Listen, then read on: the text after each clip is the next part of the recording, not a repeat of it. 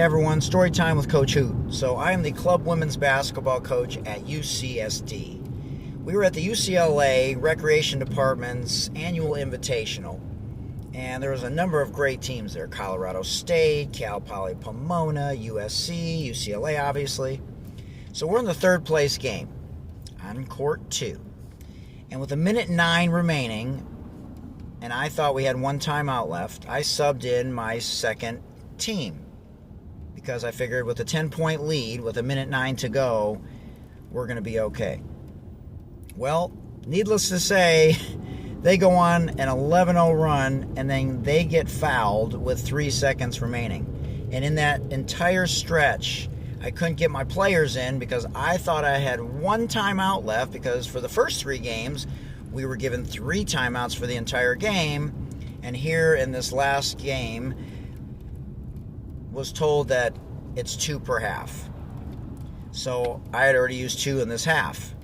So I'm like, oh my God, I can't get my starters back in.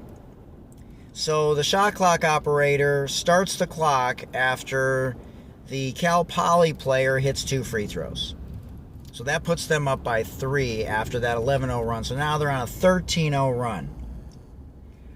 So they start the clock just as we're getting ready to inbound the ball after the free throw.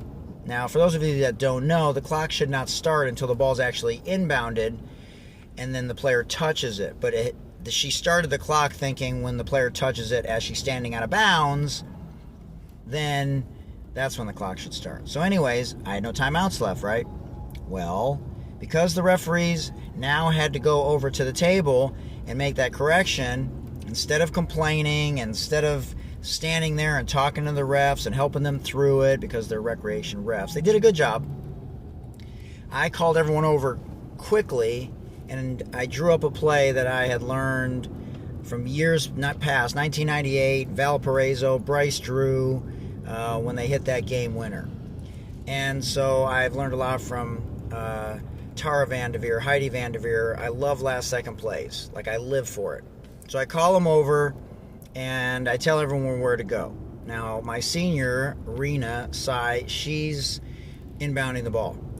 Now, she inbounds it to my sophomore center, Georgia. So she starts at half court, she comes up, she gets the ball, and our freshman sensation, Avantika, is on the wing, the right wing. So I told her, don't start up the floor until Georgia has the ball. And then Georgia's going to one-touch pass to you, running up the right side of the floor.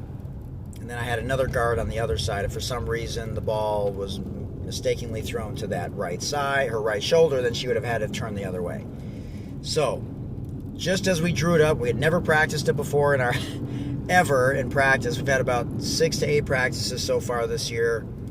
She literally caught it, and in one motion turns. Avantika sort of created a little bit of space with a legal nudge of the defensive player, caught it, and in one step launched it from beyond WNBA 3, way beyond, kissed it off the glass, and we tied it to go into overtime as the buzzer sounded. We went nuts. Crowd went nuts. Now, I've been coaching 32 years. I've never been a part of a buzzer beater like that, and it really was a magical moment. And, you know, it's been truly an honor to coach these scholar athletes. You know, there's scholarship players on this team. And I'm going to be coaching Division I college basketball in 5.5 years. But in the meanwhile, this opportunity has allowed me to coach some of the most incredible women I've ever met.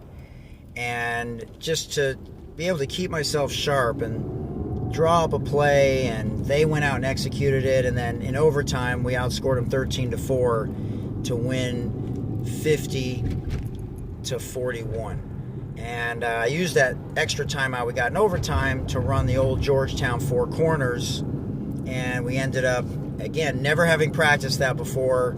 There was some apprehension about the fact that they thought they were going to be too close to half court. They were going to step on the half court line.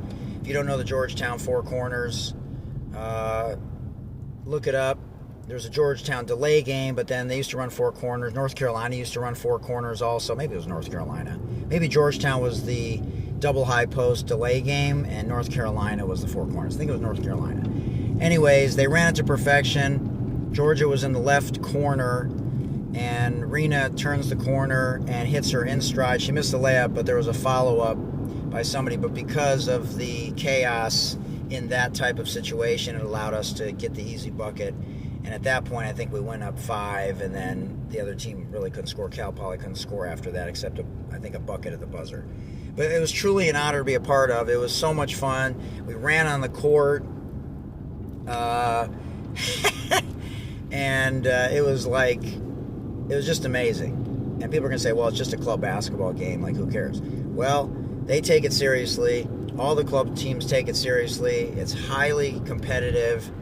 And they sacrifice a lot of their time at one of the most incredible academic institutions in the country to be a part of this as a volunteer.